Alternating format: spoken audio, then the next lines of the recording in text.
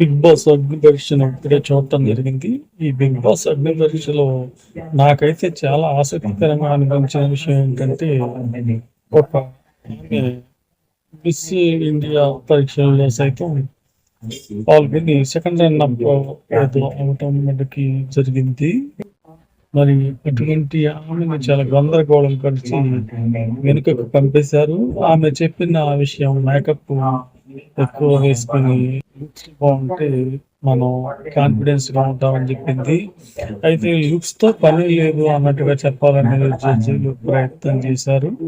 కానీ విచిత్రంగా ఇక మనకు ఆసక్తికరమైన విషయం ఏం తెలుస్తుందంటే, వెంటనే తర్వాత వచ్చిన రన్నింగ్ రాజా ఏదో కామెడీ కంగాళి చేశాడు.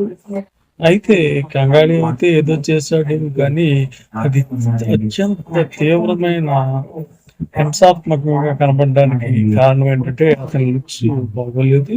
ఆ లుక్స్ బాగోకపోవటం వలన అతను చేసిన కంగాళి మరింత అగ్లీగా కనిపించింది.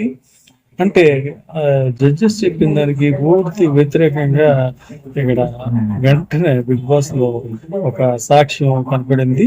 ఆ మిస్ ఇండియా పోటీల్లో పాల్గొని 3 రెట్లతో వెనక్కి వెళ్ళిపోయిన ఒక మోడల్ యొక్క ఆవేదన మనకి ఇక్కడ సాక్ష్యంగా రుజువైంది.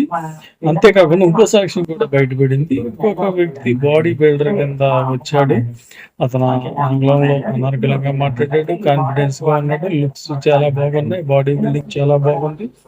దాంతో అతను చేసిన కొద్దిపాటి విన్యాసాలు ఎలా కనిపించినాయి అంటే, ఒక మహాద్భుతాన్ని ఏదో మనం చూస్తున్నట్టుగా సాక్షాత్తు మనకి రామ్ చరణ్ ని చూస్తే ఎలాగో అలాగా ఆ పెద్దిలో పాటేసేసి చూపించేశారు.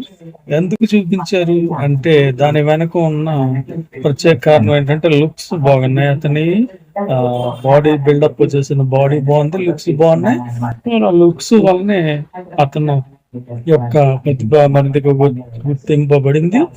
అంటే 3 రెడ్లతో బయటకు గెంటేయబడిన ఆ లేడీ కంటెస్టెంట్ చెప్పింది నిజమని ఇక్కడ రుజువు అవుతుంది.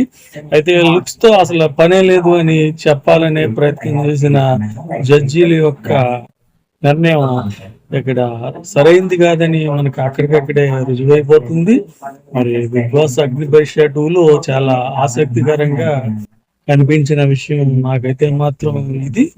మరి ఏది ఏమైనా వాళ్ళు ఎటువంటి రూల్స్ పాటించినా ఏం చేసినా మటుకి ఈ బిగ్ బాస్ సంబంధిత కార్యక్రమాలు ప్రజల్ని చాలా విశేషంగా ఆకట్టుకుంటాయి. దీంట్లో ఏమీ డౌట్ పడక్కర్లేదు. ముందు ఇలాంటి ప్రత్యేక విషయాలు మాట్లాడుకుందాం.